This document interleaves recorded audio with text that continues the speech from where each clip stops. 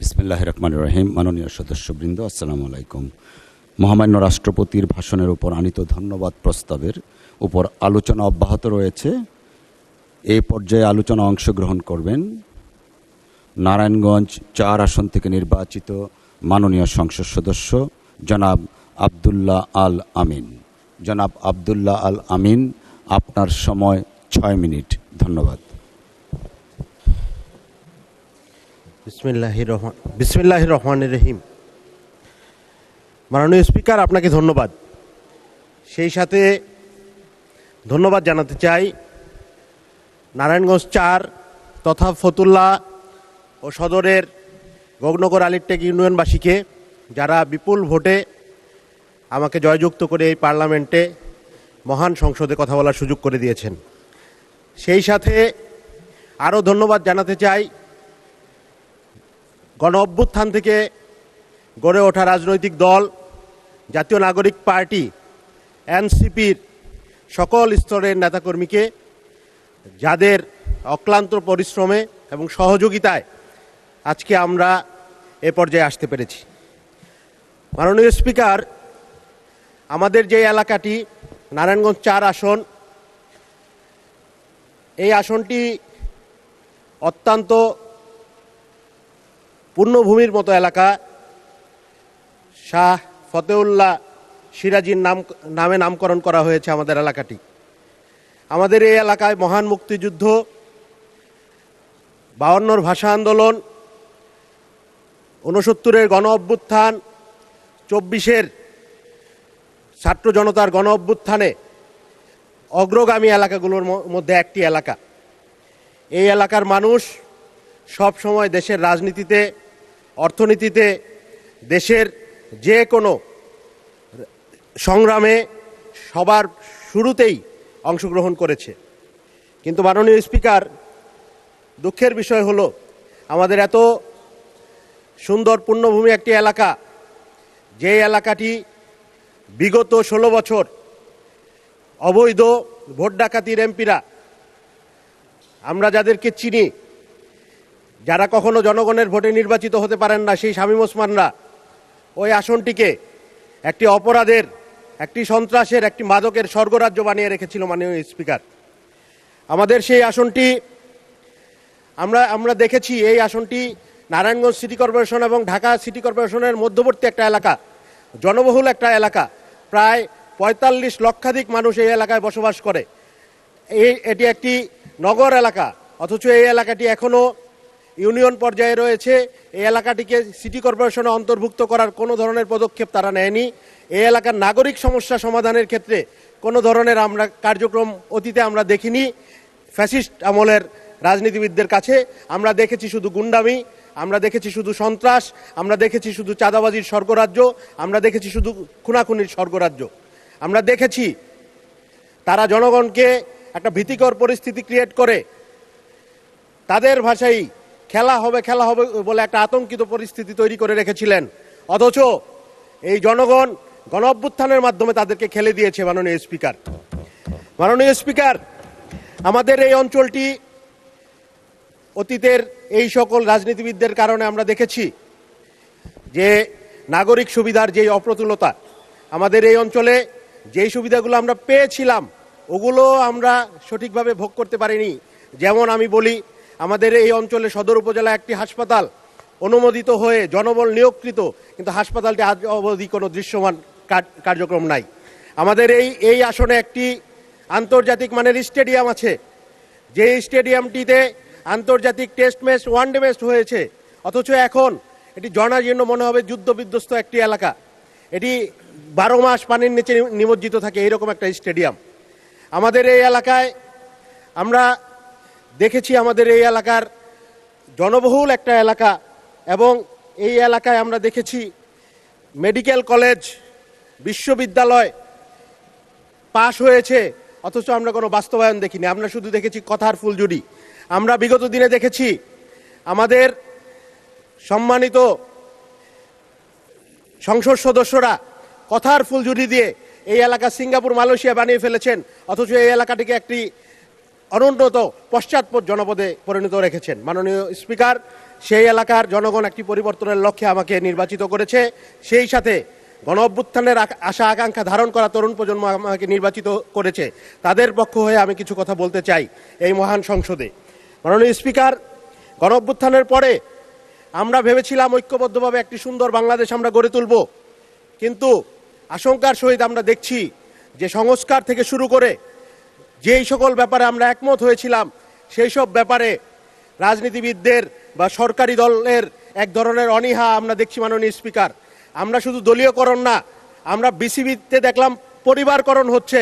আমরা দেখেছি ব্যাংকগুলোতে, আমরা দেখেছি বিশ্ববিদ্যালয়ে, আমরা দেখেছি সরকারি প্রতিষ্ঠানগুলোতে বাংলাদেশ ব্যাংকে দলীয় ব্যবসায়ীকে নিয়োগ করা হচ্ছে। মাননীয় স্পিকার, এই ধরনের পরিস্থিতি আমরা দেখে আমাদের মনে আশঙ্কা জাগে যে বিএনপি অতীতে গণতান্ত্রিক আন্দোলনে সবসময় মাঠে ছিল, কিন্তু ক্ষমতায় আসার পরে আমরা দেখেছি মাগুরার নির্বাচন, ক্ষমতায় আসার পরে আমরা দেখেছি ফেব্রুয়ারির 96-এর নির্বাচন, ক্ষমতায় আসার পরে আমরা দেখেছি যে তারা কিভাবে কেয়ারটেকার সরকারকে ম্যানিপুলেট করার জন্য বিচারপতির বয়স বাড়াতে চায়।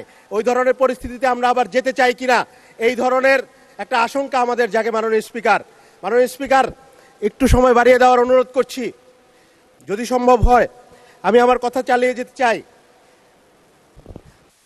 মাননীয় সদস্য 1 মিনিট বৃদ্ধি করা হলো। মাননীয় স্পিকার, আমরা দেখছি এই দেশে এখনো আইন শৃঙ্খলার অবনতি ঘটে চলছে। মাননীয় স্পিকার, আমরা দেখছি আমার নারায়ণগঞ্জে স্বেচ্ছাসেবক দলের পরিচয়ে একজনকে গুম করে হত্যা করে লাশ বেওয়ারিশ হিসেবে দাফন করা হয়েছে, অথচ তার বিরুদ্ধে আইন শৃঙ্খলা বাহিনী কোনো ব্যবস্থা নিচ্ছে না। মাননীয় স্পিকার, আমরা দেখছি এই দেশে, আমরা পার্লামেন্টে এসে দেখি এবং শুনি, আমরা দেখি যে এখানে তেলের কোনো অভাব নাই। পার্লামেন্টে তেল থাকলে কি হবে মাননীয় স্পিকার? আমরা পেট্রোল পাম্পে কোনো তেল পাই না। আমার গাড়ি 3টা 4টা পর্যন্ত, রাত পর্যন্ত পেট্রোল পাম্পে বসে থাকতে হয় 5 লিটার 6 লিটার তেল নেওয়ার জন্য। মাননীয় স্পিকার, আমরা আজকে রাষ্ট্রপতির ধন্যবাদ প্রস্তাবের উপর ভাষণ, রাষ্ট্রপতিকে দেশের জনগণ একজন মেরুদণ্ড সম্পন্ন এবং সঠিক সিদ্ধান্ত নিতে সক্ষম ব্যক্তি হিসেবে মনে করেন না, জনগণ মনে করেন না। আমি মনে করতে পারি কিনা এই মহান সংসদে আমি জানি না, সাংবিধানিকভাবে এটা মনে করা পসিবল কিনা, কিন্তু জনগণের মতের প্রতি আমি শ্রদ্ধাশীল। মাননীয় স্পিকার, আমি মনে করি। ধন্যবাদ মাননীয় সদস্য। আলোচনায় অংশগ্রহণ করবেন ঢাকা 18 আসন থেকে নির্বাচিত মাননীয় সংসদ সদস্য জনাব SM জাহাঙ্গীর হোসেন। আপনার সময় 7 মিনিট। SM Jahangir Hossain, thank you. বিসমিল্লাহির রহমানির রহিম। মাননীয় স্পিকার, আপনাকে ধন্যবাদ। দীর্ঘদিন একসঙ্গে রাজপথে লড়াই সংগ্রাম করেছি আপনি সহ আমরা। আজকে খুবই ভালো লাগছে যে আপনি ওখানে বসে আছেন, আমি এখানে বসে আছি। যাই হোক, আল্লাহ রাব্বুল আলামিনের কাছে শুকরিয়া আদায় করছি এবং আমাদের ঢাকা 18 আসনের সমস্ত মানুষের প্রতি কৃতজ্ঞতা জ্ঞাপন করছি, কৃতজ্ঞতা স্বীকার করছি যিনি আমাকে মনোনয়ন দিয়ে ওই ঢাকা 18 আসনে পাঠিয়ে আমাকে জনগণের কাছ থেকে নির্বাচিত করে আজকে এখানে এসে কথা বলার সুযোগ দিয়েছেন। মাননীয় স্পিকার, আজকে আমরা যার দলটি করেছি বা যারা দলটি করছি, আমি স্মরণ করছি বাংলাদেশের প্রথম রাষ্ট্রপতি, বহুদলীয় গণতন্ত্রের প্রবক্তা এবং আমার নিজের কাছে মনে হয় যিনি জন্ম না হলে বাংলাদেশের জন্ম হতো কিনা সেই সন্দেহ আমার আছে, মহান স্বাধীনতার ঘোষক শহীদ রাষ্ট্রপতি জিয়াউর রহমানকে। আমি দেখেছি শহীদ রাষ্ট্রপতি জিয়াউর রহমান এই দেশকে যুদ্ধ করে শুধু স্বাধীনই করেনি, তারপরে উনি এই দেশের মানুষের জন্য কি কি কাজ করেছেন সেটা বলতে গেলে অনেক সময় লাগবে, সেদিকে যাব না। শুধু বলতে চাই, বহুদলীয় গণতন্ত্র প্রবর্তন করে যাদেরকে বাংলাদেশে রাজনীতি করার সুযোগ করে দিয়েছেন তারাই পরবর্তীতে তার বিরুদ্ধাচারণ করেছিল। এটা গণতন্ত্রের নিয়ম, এটাই গণতন্ত্র। পরবর্তীতে দেশনেত্রী বেগম খালেদা জিয়ার নেতৃত্বে আমরা যখন স্বৈরাচারের পতন ঘটিয়েছি 91 সনে আমাদের নেত্রী বাংলাদেশের প্রধানমন্ত্রী হয়ে আজকে যে সংসদীয় রাজনীতি রীতি সৃষ্টি করেছেন, সেই জন্য আমি আমার নেত্রীকে আজকের এই সংসদে দাঁড়িয়ে স্মরণ করছি। এবং বাংলাদেশের 3 বারের প্রধানমন্ত্রী হয়ে তিনি বাংলাদেশের মানুষের যে কল্যাণকর কাজ করেছেন, তিনি গত 30শে ডিসেম্বর যখন মৃত্যুবরণ করেছেন, তার পূর্বে বাংলাদেশের মানুষ তার প্রতি যে শ্রদ্ধা নিবেদন করেছে তা দেখে আমরা অবহিত, এবং বাংলাদেশের মানুষ দেশনেত্রী বেগম খালেদা জিয়াকে সারা জীবন মনে রাখবে। আজকে আমরা যখন দেখি এই জিয়া পরিবার বাংলাদেশের জন্য, বাংলাদেশ স্বাধীন হওয়ার পর থেকে বাংলাদেশের জন্য যা করেছে, বাংলাদেশে যে কল্যাণকর কাজ করেছে, প্রতিটি কাজে অংশগ্রহণ ছিল জিয়া পরিবারের। পরবর্তীতে এই বাংলাদেশের উপর যে নির্যাতন নিপীড়ন এসেছে, গত 2010 সনে যখন দেশনেত্রী বেগম খালেদা জিয়াকে ওই ক্যান্টনমেন্টে বাড়ির থেকে উচ্ছেদ করেছে, সেই উচ্ছেদের পর থেকে বাংলাদেশের মানুষের উপর জুলুম নির্যাতন নেমে এসেছে। আর সেই জুলুম নির্যাতনকে রুখে দাঁড়ানোর জন্য আমাদের নেতাকে যখন বাংলাদেশ থেকে সেই লন্ডনে যেতে হয়েছিল বা লন্ডনে পাঠিয়ে দেওয়া হয়েছিল, সেই নেতা বাংলাদেশের মানুষকে ঐক্যবদ্ধ করে এই 17টি বছর আন্দোলন সংগ্রাম করেছে। আন্দোলন সংগ্রাম করে যখন জনগণকে ঐক্যবদ্ধ করেছে, বাংলাদেশে 5ই আগস্টে এই ফেসিবাদের পতন হয়েছে। আমাদের নেতা বাংলাদেশে 25শে ডিসেম্বর বাংলাদেশে ফিরে এসেছে। সেদিনে বাংলাদেশের মানুষ বুঝতে পেরেছিল বাংলাদেশে নতুন কিছু হতে যাচ্ছে। বন্ধুরা আমার, আজকে মাননীয় স্পিকার, আপনার মাধ্যমে জানাতে চাই, সেই 25 তারিখে ওই 300 ফিটে দাঁড়িয়ে আমার নেতা বলেছিলেন, we have a plan, I have a plan for the country, for the people. আমরা সেই প্ল্যানের বাস্তবায়ন দেখতে পাচ্ছি। কি বাস্তবায়ন দেখতে পাচ্ছি? 25 তারিখে দেশে আসার পরে বাংলাদেশে যে 12 তারিখে নির্বাচন হয়েছে, সেই নির্বাচনে আমাদের নেতা বাংলাদেশের প্রধানমন্ত্রী জনাব তারেক রহমান যে ইশতেহার দিয়েছে, নির্বাচনে যে ইশতেহার দিয়েছিল, সেই ইশতেহার অনুযায়ী এখন কাজ করা শুরু করেছে। এখন কাজের সময়, এখন কোনো বিভক্তির সময় নয়। আমাদের নেতা বারবারই চেষ্টা করছে সকলকে মিলে ঐক্যবদ্ধ করে, যেভাবে আমরা সকলে মিলে রাজপথে যুদ্ধ করে আন্দোলন সংগ্রাম করে ওই ফেসিবাদের পতন ঘটিয়েছি। ইনশাল্লাহ আমরা তারেক রহমানের নেতৃত্বে আগামী দিনে এই বাংলাদেশ গর্ব সকলে মিলে ঐক্যবদ্ধভাবে। আমরা দেখেছি তিনি যে ফ্যামিলি কার্ড দেওয়ার কথা বলেছেন, সেই পাইলট প্রকল্পের সেই ফ্যামিলি কার্ড দিয়ে পাইলট প্রকল্প শুরু করেছে। ইমাম মুয়াজ্জিনদেরকে সারা বাংলাদেশে যেভাবে ইমাম মুয়াজ্জিনদেরকে মাসিক যে অনুদান দিয়ে তাদেরকে তার জীবন মান পরিবর্তন ঘটানোর চেষ্টা করেছে। কৃষকদের কৃষক কার্ড দিয়েছে। এবং আমরা দেখেছি শহীদ রাষ্ট্রপতি জিয়াউর রহমান যে খাল খননের মাধ্যমে বাংলাদেশে খাদ্য স্বয়ংসম্পূর্ণ করেছিলেন, সেই খাদ্য স্বয়ংসম্পূর্ণ করার জন্য বাংলাদেশকে এক ধাপ এগিয়ে নিয়ে যাওয়ার জন্য সারা বাংলাদেশে সেই খাল খনন প্রচলন করেছে আমাদের নেতা বর্তমান প্রধানমন্ত্রী জনাব তারেক রহমান। আমরা সেই জন্য এই আমাদের নির্বাচনী ইশতেহার এত অল্প সময়ের মধ্যে তিনি যে বাস্তবায়নে এক ধাপ এগিয়ে গিয়েছেন, সেই জন্য আজকে মহান সংসদে দাঁড়িয়ে আমার নেতাকে আমি ধন্যবাদ জানাচ্ছি, অভিনন্দন জানাচ্ছি। বিশেষ করে আমার ঢাকা 18 আসনের জনগণের পক্ষ থেকে কৃতজ্ঞতা স্বীকার করছি। আমি বলতে চাই, ঢাকা 18 আসন আমাকে যেখানে জনগণ নির্বাচিত করেছে, সেখানে অনেক ধরনের সমস্যা আছে। আজকে এই মাননীয়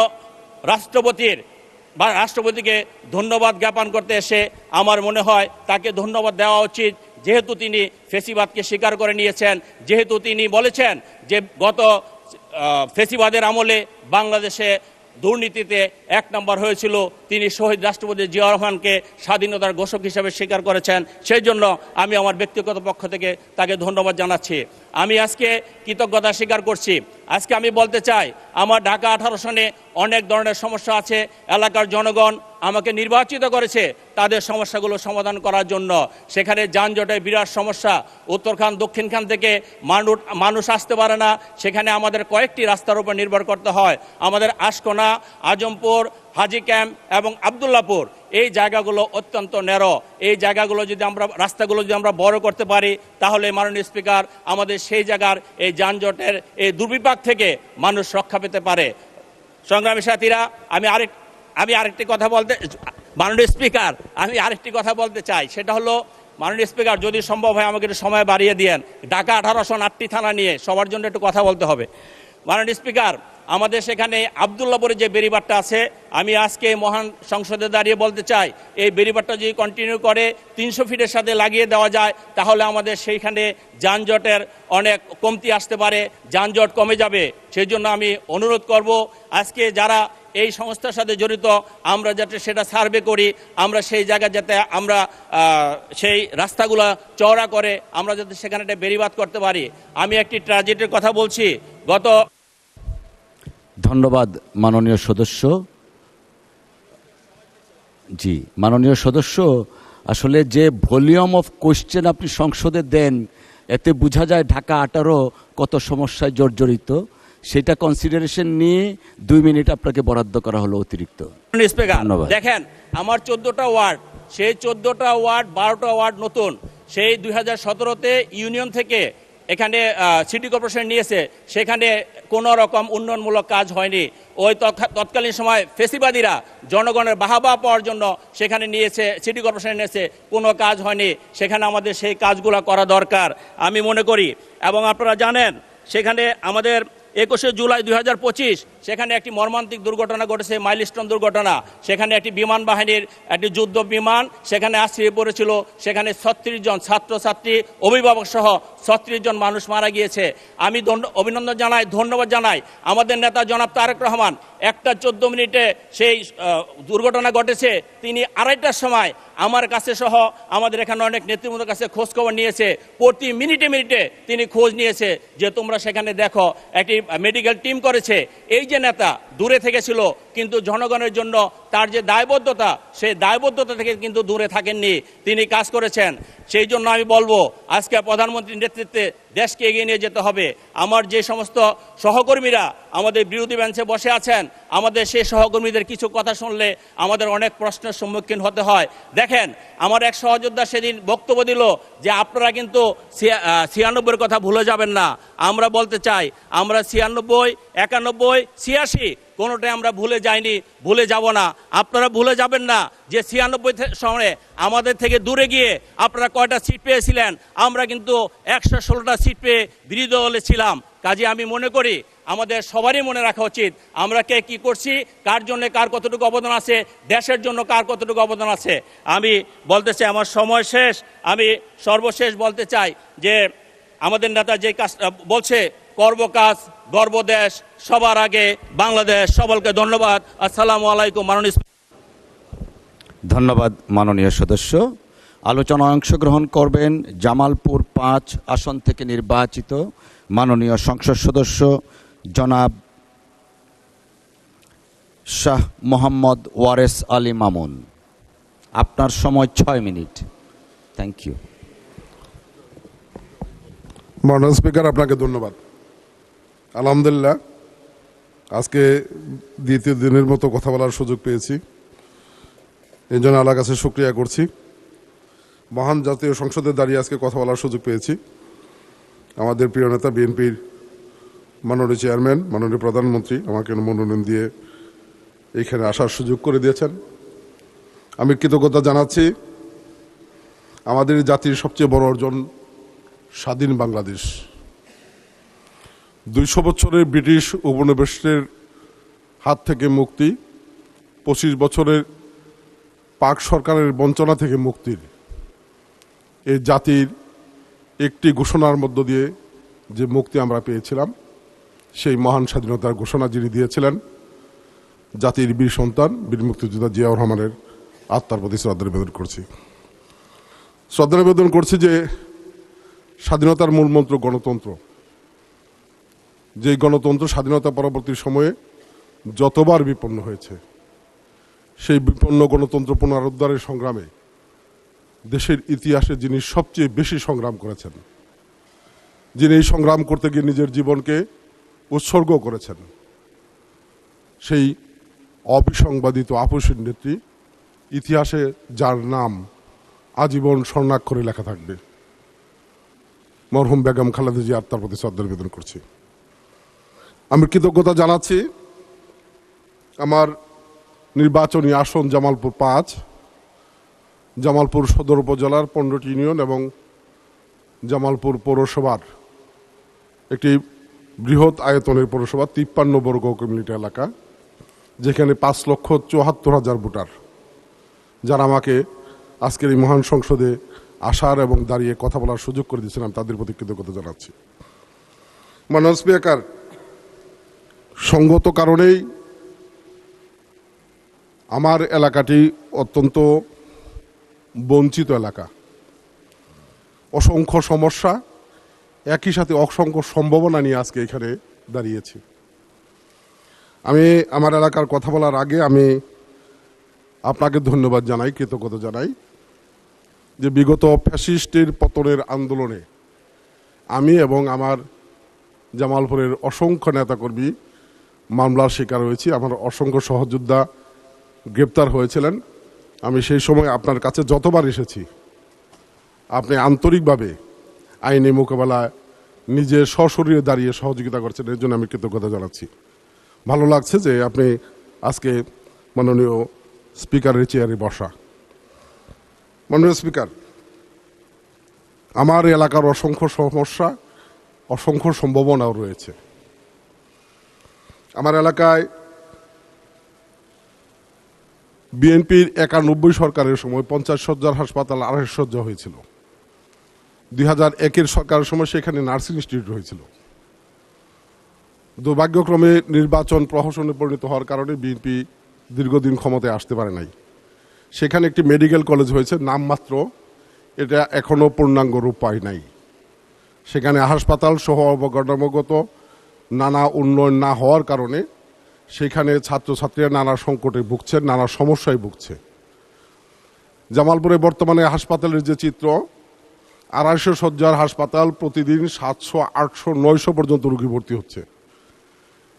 এই সংকটটি নিরসন করার জন্য যত দ্রুত সম্ভব মেডিকেল কলেজকে পূর্ণাঙ্গ রূপ দেওয়ার উদ্যোগ গ্রহণ করা দরকার। আমি আপনার মাধ্যমে মাননীয় স্বাস্থ্যমন্ত্রী এবং আমাদের সম্মানিত প্রধানমন্ত্রীর দৃষ্টি আকর্ষণ করছি। আমার জামালপুরে প্রায় 50 থেকে 60 হাজার নারী যারা কাঁথায় মানে কাঁথা সেলাইয়ের সাথে সম্পৃক্ত, আমরা যেটাকে নকশিপল্লী বলি, একটি সম্ভাবনাময় শিল্প। যদি একটি নকশিপল্লী করা যায় সেখানে আরও অসংখ্য নারী নতুন নতুন কর্মসংস্থানের সুযোগ সৃষ্টি হবে, যেটি আমাদের মাননীয় প্রধানমন্ত্রী নির্বাচনের আগে একটি দৃঢ় অঙ্গীকার ব্যক্ত করেছিলেন নারীদের কর্মসংস্থানের ক্ষেত্রে। আমি মনে করি সেখানে একটি সম্ভাবনা রয়েছে। মাননীয় স্পিকার, এই বিষয়ে আমি মাননীয় প্রধানমন্ত্রীর দৃষ্টি আকর্ষণ করছি। আমার জামালপুরের সাথে ঢাকার, বিশেষ করে টাঙ্গাইল জামালপুর যদি সড়কটি 4 লেনে রূপান্তরিত করা যায়, জামালপুরে একটি ইজেড গড়ে উঠেছে, অর্থনৈতিক অঞ্চল গড়ে উঠেছে। সেখানে যোগাযোগ ব্যবস্থার অভাবে নতুন নতুন যারা উদ্যোক্তা তারা সেখানে শিল্প কারখানা গড়ছে না। যদি এটি 4 লেনে রূপান্তরিত করা যায়, আমার বিশ্বাস যে নতুন নতুন অসংখ্য যারা শিল্প উদ্যোক্তা তারা সেখানে নতুন নতুন শিল্প কারখানা গড়ে তুলবে এবং সেখানে নতুন কর্মসংস্থানের সুযোগ সৃষ্টি হবে। মাননীয় স্পিকার, আমি একটু আগেই অনুরোধ করে রাখি, আমার সময় সম্ভবত শেষ হয়ে যাচ্ছে। দয়া করে আমাকে 2-3 মিনিট সময় দিবেন। জীবনের প্রথম কথা বলার সুযোগ পেয়েছি, পরবর্তী সময় পাবো কিনা জানি না। আরেকটি বিষয় আমি মাননীয় প্রধানমন্ত্রীর দৃষ্টি আকর্ষণ করি। আমি মনে করি যে এটি আমার সম্ভাবনা না, সমস্যা না শুধু। আজকে এখানে যারা জাতীয় সংসদে নির্বাচিত হয়েছেন, প্রতিটি এলাকার নির্বাচিত মাননীয় সংসদ সদস্যদের এলাকার বড় সমস্যা, সম্ভাবনা হচ্ছে যে আমাদের যুব সমাজ, তরুণ সমাজ, আর সংখ্যা হচ্ছে যে মাদক এই যুব সমাজ, তরুণ সমাজকে ধ্বংসের দিকে নিয়ে যাচ্ছে। আজকে আমি মাননীয় সদস্য 2 মিনিট সময় বৃদ্ধি করা হলো। ধন্যবাদ। আমি পরিষ্কারভাবেই বলতে চাই যে বর্তমানের যে পুলিশ, সেই পুলিশ দিয়ে মাদক প্রতিরোধ করা সম্ভব না। সেইখানে মাদক প্রতিরোধের জন্য নতুন কোনো কার্যকরী পদক্ষেপ নেওয়া প্রয়োজন। এটা মাননীয় প্রধানমন্ত্রী এবং স্বরাষ্ট্রমন্ত্রীর দৃষ্টি আকর্ষণ করছি। মাননীয় স্পিকার, আমার আরও অসংখ্য সমস্যা আছে। আমি অনুরোধ করব মাননীয় প্রধানমন্ত্রীকে জামালপুরের দৃষ্টি দেওয়ার জন্য। দীর্ঘ 30 বছর পরে আজকে জামালপুরের মানুষের একটি সম্ভাবনা দেখা দিয়েছে। তারা অনেক আগ্রহ নিয়ে আমাকে নির্বাচিত করেছে জামালপুর উন্নয়নে কাজ করার জন্য। প্রসঙ্গক্রমে এখানে 2-1টি কথা না বললেই নয়। আমাদের একজন সদস্য বক্তৃতা করেছেন যে তাদের বিপ্লবের কারণে, তাদের রক্তের কারণেই আজকে তারেক রহমান প্রধানমন্ত্রী, আজকে সালাউদ্দিন আহমেদ স্বরাষ্ট্রমন্ত্রী। তাকে স্মরণ করে দিয়ে বলে দিতে চাই যে আপনাদের নিশ্চয় খেয়াল আছে যে এই দেশের মহান স্বাধীনতার ঘোষণা দিয়েছিলেন জিয়াউর রহমান। নিজের জীবন বাজি রেখে সশস্ত্র যুদ্ধ করে নেতৃত্ব দিয়েছেন যিনি তারেক রহমানের পিতা। এদেশের গণতন্ত্র মুক্তির সংগ্রামে বেগম খালেদা জিয়া জীবনকে উৎসর্গ করেছেন, জেল খেটেছেন, চিকিৎসা পান নাই, কিন্তু একটা মুহূর্তের জন্যও এই স্বৈরাচার পতনের আন্দোলন থেকে বিন্দু মাত্র বিচ্যুত হন নাই। আপনারা 6 জন ডিবি কার্যালয়ে গিয়ে আন্দোলন প্রত্যাহারের কথা ঘোষণা করেছিলেন। খালেদা জিয়া জীবন উৎসর্গ করেছে, জনগণের মুক্তির আন্দোলন থেকে 1 মিনিটের জন্য সরে আসে নাই। এটি আপনাদের খেয়াল রাখা প্রয়োজন। যে তারেক রহমানের কথা বলেছেন, 2006 সালকে তারেক রহমানকে গ্রেপ্তার করার পরে তাকে মেরে ফেলার জন্য অমানসিকভাবে নির্যাতন করা হয়েছিল। তিনি আজকে সবচেয়ে নির্যাতিত মানুষ। যে স্বরাষ্ট্রমন্ত্রীর কথা বলেছেন, তাকে অপহরণ করে দীর্ঘদিন অবহেলিত অবস্থায় রাখা হয়েছিল। আপনি ভাগ্যবান, জীবনের প্রথম প্রহরেই এমপি হয়েছেন। বিএনপির অসংখ্য নেতাকর্মী 17 বছর সংগ্রাম করে দুনিয়া থেকে চলে গিয়েছেন, এমপি হওয়ার সুযোগটুকু পায় নাই। বিএনপির সম্পর্কে বলতে গেলে এদেশে গণতন্ত্র মুক্তির ধন্যবাদ মাননীয় সদস্য। আলোচনায় অংশগ্রহণ করবেন কুমিল্লা 10 আসন থেকে নির্বাচিত মাননীয় সংসদ সদস্য জনাব মোহাম্মদ মুবাশ্শের আলম ভূঁইয়া। ধন্যবাদ। আপনার 6 মিনিট। Please stand up. Thank you. বিসমিল্লাহির রহমানির রহিম। মাননীয় স্পিকার, আপনাকে ধন্যবাদ। মহান এই জাতীয় সংসদ নির্বাচনে ডেপুটি স্পিকার নির্বাচিত হয়ে আপনার যে সাবলীল বাচনভঙ্গি, ইসলামের আদলে আপনার সূচনা বক্তব্য রেখেছেন, তার জন্য আপনাকে আবারও ধন্যবাদ মাননীয় স্পিকার। মাননীয় স্পিকার, ত্রয়োদশ জাতীয় সংসদের উদ্বোধনী সূচনা মহেন্দ্রক্ষণে বাংলাদেশি জাতীয়তাবাদের পুনর্জাগরণের বাতাবরণক্ষণে মহামান্য রাষ্ট্রপতি ফ্যাসিবাদ মুক্ত হয়ে গণতন্ত্রের যাত্রার শুভক্ষণে আমাদের সরকারের আগামী দিনের কর্মপরিকল্পনার সার সংক্ষেপ ভাষণে তুলে ধরার জন্য আমি মহামান্য রাষ্ট্রপতিকে আন্তরিক ধন্যবাদ জানাচ্ছি। মাননীয় স্পিকার, মাননীয় স্পিকার, শ্রদ্ধাভরে স্মরণ করছি মহান ভাষা আন্দোলনের বীর ভাষা শহীদ, মহান মুক্তিযুদ্ধের লাখো শহীদ এবং বীর মুক্তিযোদ্ধাদের, যাদের আত্মত্যাগের বিনিময়ে অর্পিত আজকের এই স্বাধীন সার্বভৌম বাংলাদেশ। আমি শ্রদ্ধার সঙ্গে স্মরণ করছি স্বাধীনতার ঘোষক, বহুদলীয় গণতন্ত্রের পুনঃপ্রবর্তক শহীদ রাষ্ট্রপতি জিয়াউর রহমানকে।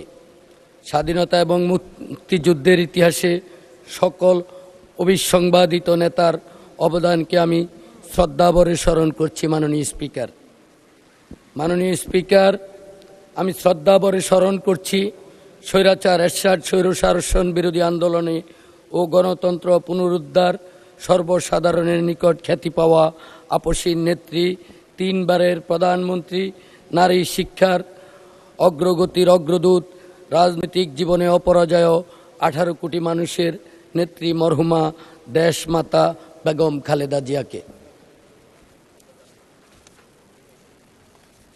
মাননীয় স্পিকার, আমি শ্রদ্ধার সঙ্গে স্মরণ করছি দীর্ঘ 16 বছর প্রিয় মাতৃভূমির উপর জগদ্দল পাথরের ন্যায় চেপে থাকা ফ্যাসিস্ট হাসিনা বিরোধী আন্দোলনে সকল আহত নিহত সহযোদ্ধা সহ 1990-এর গণ আন্দোলনের পর বাংলাদেশের গণতন্ত্রের ইতিহাসে 2024 সালের জুলাই আগস্ট মাসে ছাত্র জনতার গণ অভ্যুত্থান ও ফ্যাসিস্ট বিরোধী আন্দোলনে হাজারো শহীদ, আহত, অঙ্গহানি হওয়া হাজারো ভাই বোনকে।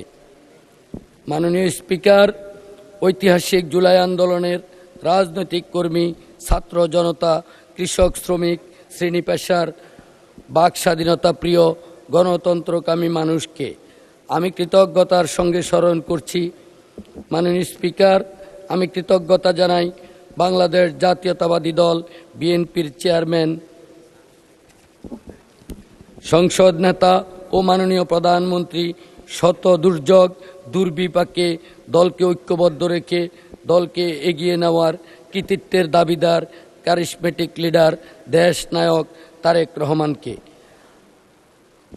আমাকে আমার প্রাণপ্রিয় সংগঠন থেকে মনোনয়ন দিয়ে মহান সংসদে আসার সুযোগ করে দেওয়ার জন্য আমি আরও ধন্যবাদ সহ কৃতজ্ঞতা জানাই আমার নির্বাচনী এলাকা কুমিল্লা জেলার নাঙ্গলকোট এবং লালমাই উপজেলার সকল সংগ্রামী জনগণকে।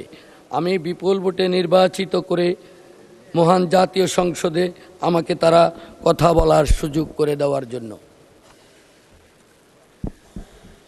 মাননীয় স্পিকার, আমাদের সরকারের নির্বাচনী ইশতেহারে ঘোষিত কার্যক্রমসমূহ বাস্তবায়নের সকল মন্ত্রণালয় বিভাগ আগামী 180 দিন, আগামী অর্থবছর এবং আগামী 5 বছরের কর্মপরিকল্পনা প্রণয়নের উদ্যোগ গ্রহণ করেছেন।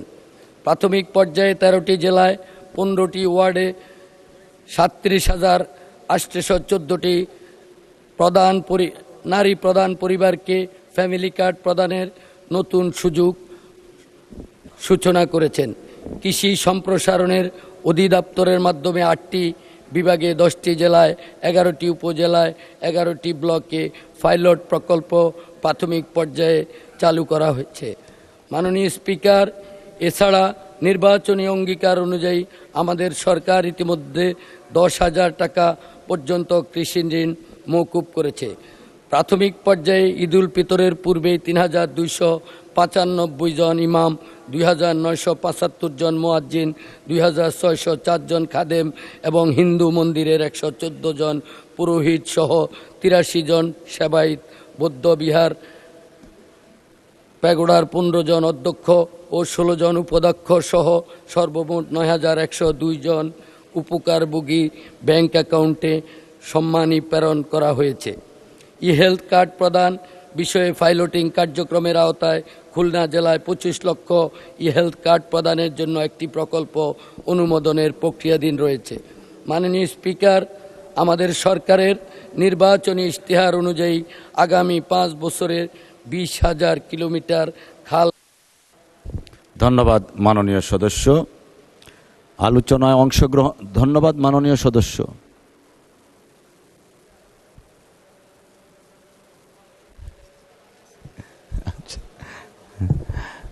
ঠিক আছে, আর 1 মিনিট দেয়া হলো। ধন্যবাদ। আমি কোন কোটায় পড়ি আমি জানি না মাননীয় স্পিকার। 1 মিনিট। 5 বছরে 25 কোটি বৃক্ষরোপণ ও সবুজ কর্মসংস্থানের সৃষ্টির লক্ষ্যে বনায়ন সৃজনের জন্য ইতিমধ্যে 1,50,00,000 বিভিন্ন প্রজাতির চারা উৎপাদন করা হয়েছে। চলতি অর্থ বছরে সরকারি প্রাথমিক বিদ্যালয়ে 2 লক্ষ শিশুর মাঝে বিনামূল্যে স্কুল ড্রেস বিতরণের পরিকল্পনা রয়েছে। কারিগরি ও ভাষা দক্ষতা উন্নয়নে আগামী 180 দিনের মধ্যে কারিগরি শিক্ষা প্রতিষ্ঠানের 9,000 শিক্ষককে ট্যাব প্রদান সহ 3,832টি মাল্টিমিডিয়া ক্লাসরুম স্থাপন করা হয়েছে। মাননীয় স্পিকার, আমি আমার নির্বাচনী এলাকার বিষয়ে একটি কথা বলবো। যিনি আমার রাজনৈতিক অভিভাবক, তিনি আমার সংসদের অভিভাবক, তিনি আমার উন্নয়নের অভিভাবক। ধন্যবাদ মাননীয় সদস্য। আলোচনায় অংশগ্রহণ করবেন চট্টগ্রাম 16 আসন থেকে নির্বাচিত মাননীয় সংসদ সদস্য জনাব মোহাম্মদ জহিরুল ইসলাম। জনাব মোহাম্মদ জহিরুল ইসলাম, আপনার সময় 6 মিনিট। ধন্যবাদ। নাহমাদুহু ওয়া নাস্তাঈনুহু ওয়া নুসাল্লি আলা রাসূলিল কারীম, আম্মা বা'দ। মাননীয় স্পিকার, আপনাকে ধন্যবাদ। আমার নির্বাচন এলাকা চট্টগ্রাম 16 বাঁশখালীর সর্বস্তরের জনগণ, দলমত নির্বিশেষে, ধর্মবর্ণ নির্বিশেষে দীর্ঘ 50টি বছর পর আমার প্রিয় প্রতীক দাঁড়িপাল্লা মার্কায় ভোট দিয়ে আমাকে নির্বাচিত করার জন্য আমার নির্বাচন এলাকার সর্বস্তরের ভোটারকে ধন্যবাদ। মাননীয় স্পিকার, রাষ্ট্রপতির ভাষণের উপর আজকে ধন্যবাদ জ্ঞাপনে আমার বক্তব্য। একটি রাষ্ট্রের সম্মানিত রাষ্ট্রপতিকে দৃঢ় মনোবলের অধিকারী হতে হয় এবং সত্যিকার একটি নীতির অনুসারে হতে হয়। ওনার রাজনৈতিক জীবনে আমি সে বিষয়টি দেখতে পাইনি বিদায় কিছুদিন পেশিস্টের পক্ষে নেতৃত্ব দানে, আবার কিছুদিন ইন্টারিম সরকারের সহাবস্থানে, আবার বিভিন্ন মতাবলম্বী হওয়াতে আমি ওনার দৃঢ় অবস্থান না থাকতে আমি দেখতে না পাওয়ায় ওনাকে ধন্যবাদ দিতে পারছি না বলে দুঃখিত। মাননীয় স্পিকার, আমার নির্বাচন এলাকার গুরুত্বপূর্ণ কয়েকটি বিষয় না বললে হক আদায় হবে না। আমার নির্বাচন এলাকা হচ্ছে কক্সবাজার সীমান্তবর্তী চট্টগ্রাম দক্ষিণ জেলার। প্রতি বছর প্রায় জলোচ্ছ্বাসে এবং নদী ভাঙ্গনে ক্ষতিগ্রস্ত হয়, পাহাড়ি ডলা আক্রান্ত হয়। আমি আমার এলাকার একটি মাত্র গুরুত্বপূর্ণ খাল, যেটা বঙ্গোপসাগর থেকে শুরু করে আমাদের সাঙ্গু নদী পর্যন্ত বিস্তৃত জলকদর খাল, শহীদ প্রেসিডেন্ট জিয়াউর রহমানের সুযোগ্য সন্তান, আমাদের সংসদ নেতা, বিশেষ করে আমাদের মাননীয় প্রধানমন্ত্রীকে আমি দাওয়াত দিব। আমার এই খালটি উত্তরাংশ ভরাট হয়ে গেছে, নাব্যতা হারিয়ে ফেলেছেন। এই খালটির উভয় পাশে স্থায়ী বাঁধ নির্মাণ সময়ের দাবি, যে ড্রেজিং না হলে আমাদের কানেক্টিং খাল খনন এবং কয়েকটি সুইচ গেট মেরামত করা, সাম্বল ইউনিয়ন, পুচুরি ইউনিয়ন, আমাদের বাসারা ইউনিয়নের কয়েকটি সুইচ গেট দীর্ঘদিন ধরে আমি ইউপি চেয়ারম্যান থেকে, উপজেলা চেয়ারম্যান থেকে আমার আমলে একাধিকবার চেষ্টা করেছিলাম, কিন্তু ভাগ্যের নির্মম পরিহাস, ওই সুইচ গেটগুলো এখনো পর্যন্ত সংস্কারের আওতায় আসে নাই। আমি মাননীয় পানি সম্পদ প্রতিমন্ত্রী মহোদয়কে ডিও দিয়েছি।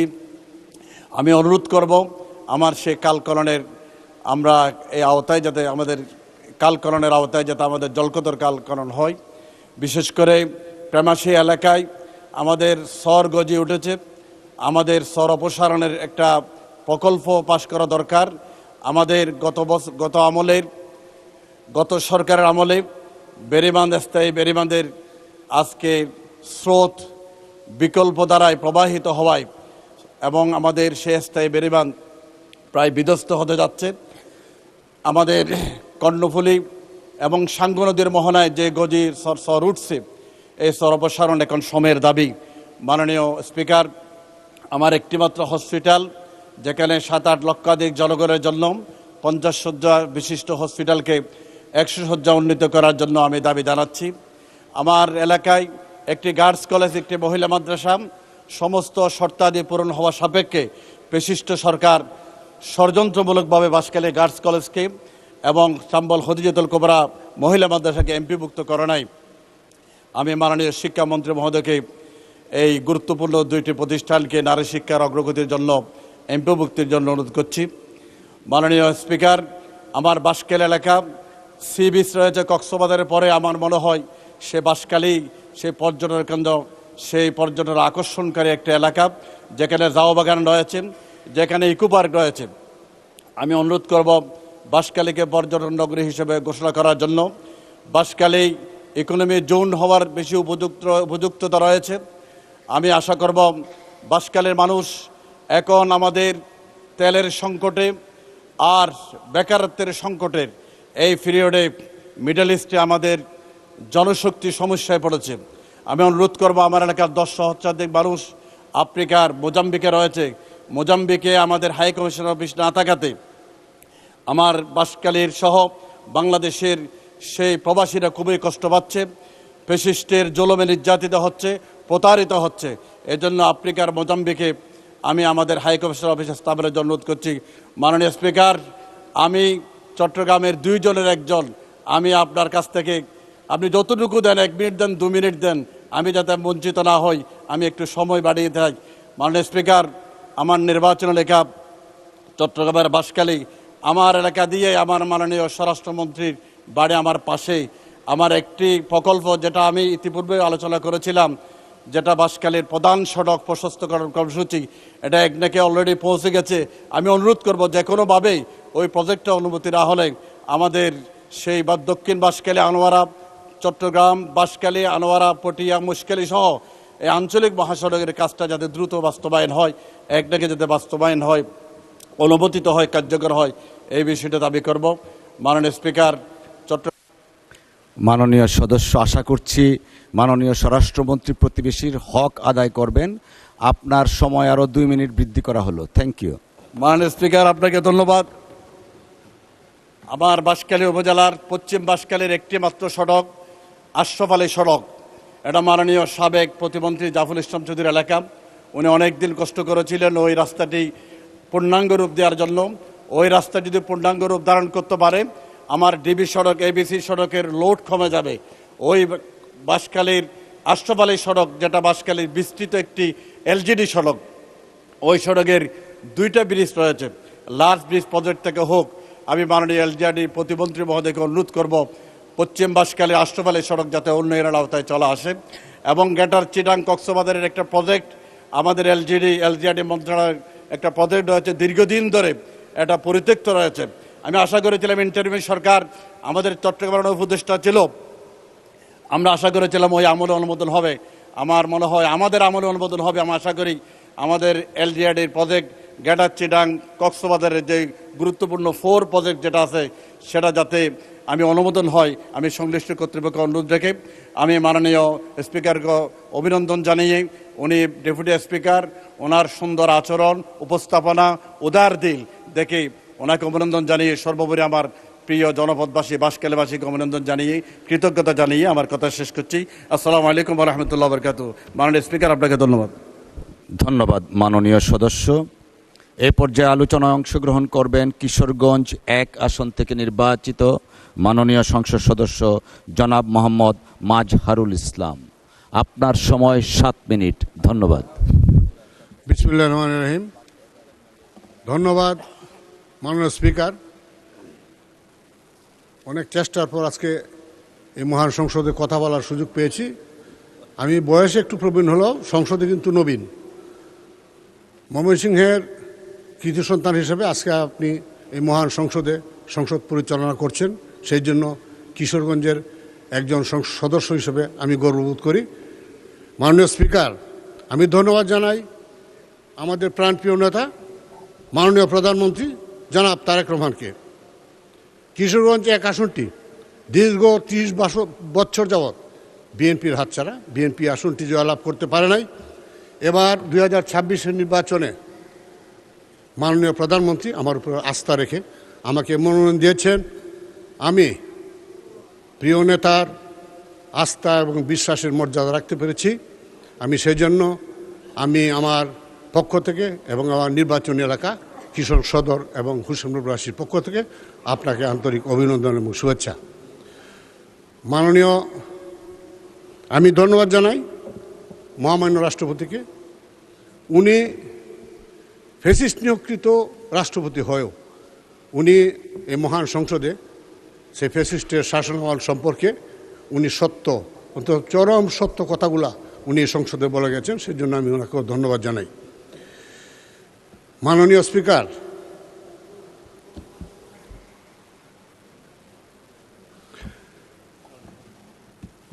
এই ফ্যাসিস্ট সরকার যতবার ক্ষমতায় ছিল, 1975 সনের 15 আগস্ট আওয়ামী লীগ সরকারের পতন হয় সামরিক অভ্যুত্থানের মাধ্যমে। তখন কিন্তু এই দেশের মানুষের কাছে এই জাতির হাতে একটা তলাবিহীন জুরি দিয়ে গিয়েছিল।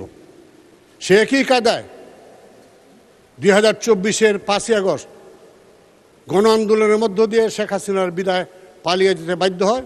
তখনও এই শেখ হাসিনা এই জাতির হাতে একটি তলাবিহীন ঝুরি দিয়ে গেছে। এই বিধ্বস্ত অর্থনীতির উপর আমাদের যাত্রা শুরু। আমি আশা করব, আসুন বিভেদ ঐক্য নয়, সবাই মিলে এই দেশকে গড়ি, এই দেশকে সামনের দিকে নিয়ে যাই।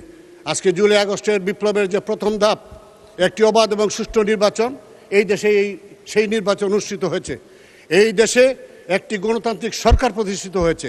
আমরা আশা করি আমাদের প্রাণপ্রিয় নেতা মাননীয় প্রধানমন্ত্রীর নেতৃত্বে আমরা এই দেশটাকে সামনের দিকে এগিয়ে নিয়ে যাব।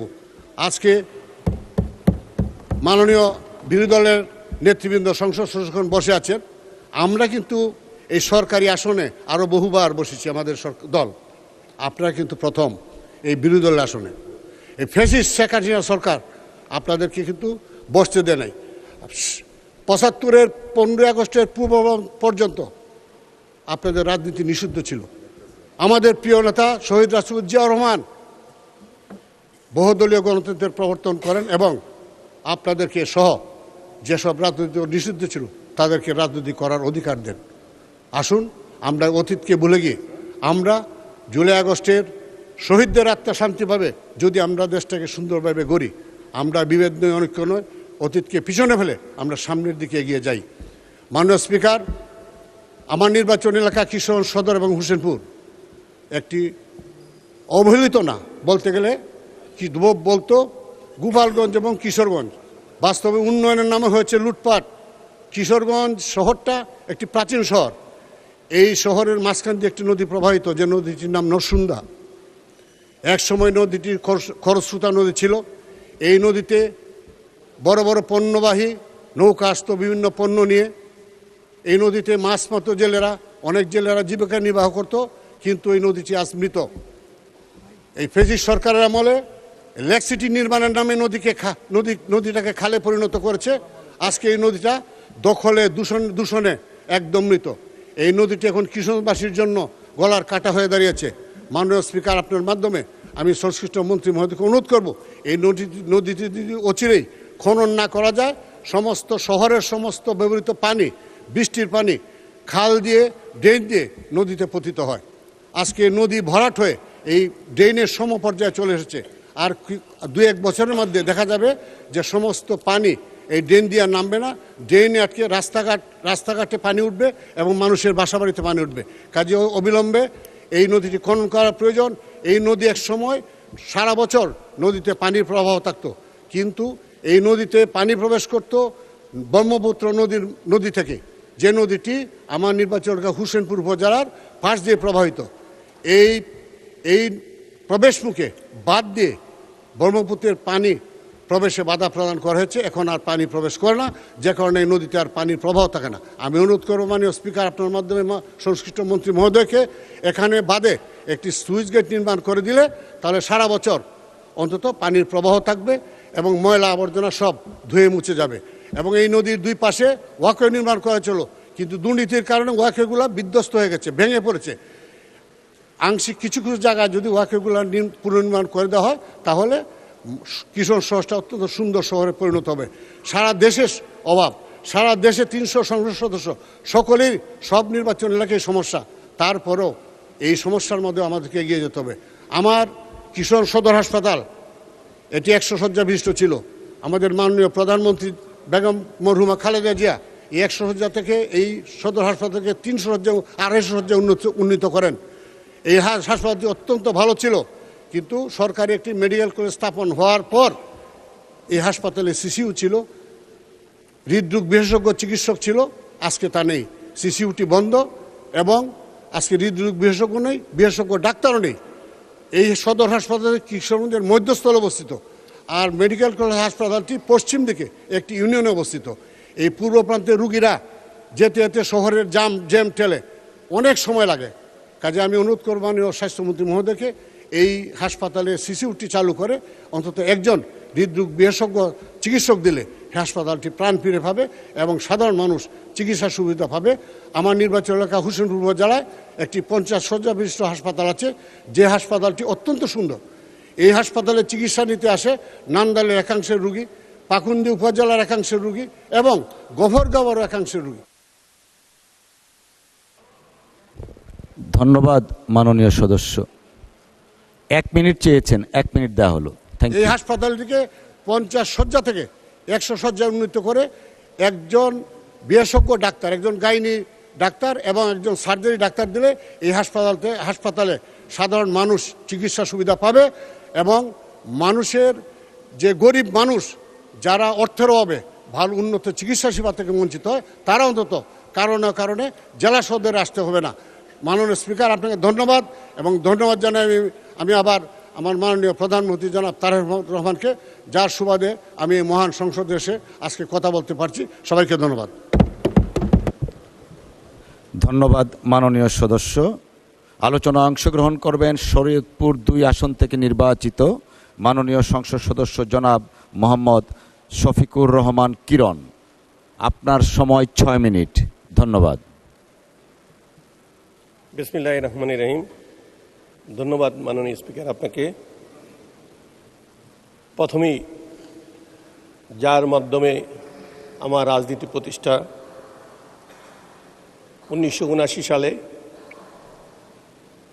সেকেন্ড এশিয়ান প্যাসিফিক জাম্বুরি হয়েছিল ঢাকা মৌচাকে। সেখানে আমি স্কাউট ছিলাম সেখানে প্রধান অতিথি ছিলেন শহীদ রাষ্ট্রপতি জিয়াউর রহমান। আমরা 11টার দিকে মার্চ মাস শেষ করার পরে উনি আমাদেরকে বললেন, দেশি বিদেশি 1600 স্কাউট ছিলাম, উনি বললেন মৌচাকের গেট থেকে পোস্ট অফিস পর্যন্ত রাস্তাটা হয়নি, চলো আমরা সবাই মিলে রাস্তাটা তৈরি করে নেই। আমরা 3 ঘন্টার মধ্যে সেই রাস্তা করেছি। পরে উনি প্রত্যেকটি ট্যান্ট ভিজিট করলেন, সেখানে আমার ক্যাম্পে গিয়ে বললেন, শরীরে হাত দিয়ে বললেন আরও শক্ত হতে হবে। মাননীয় স্পিকার তারপর বললেন কি চাই? আমি বললাম, স্যার আমাদের ড্রাম সেট পুরনো হয়ে গিয়েছে, আমরা এক সেট ড্রাম সেট চাই। 15 দিনের মাথায় আমাদের স্কাউটে ড্রাম সেট পৌঁছে গেল। যার কথা, যার কমিটমেন্ট শুনে আমি শ্রদ্ধা ভরে সেই দলে অন্তর্ভুক্ত হলাম। শক্ত হয়েছি, এই সংসদে এসেছি, যে শক্ত হতে বলেছে তিনি নেই, তার আদর্শ বুকে ধারণ করে রাজনীতি করে যাচ্ছি। মাতৃতুল্য নেত্রী, 84তে পরিচয়। আজকে যিনি স্বরাষ্ট্র মন্ত্রণালয়ের দায়িত্বে আছেন, মাননীয় মন্ত্রী 1991 সরকারের সময় মাননীয় প্রধানমন্ত্রীর সাথে কাজ করেছেন।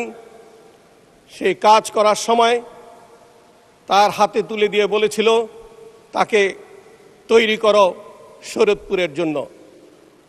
আমি মাননীয় প্রধানমন্ত্রীকে 1995 সনের 5 এপ্রিল একটি ইউনিয়নে নিয়ে গিয়েছিলাম।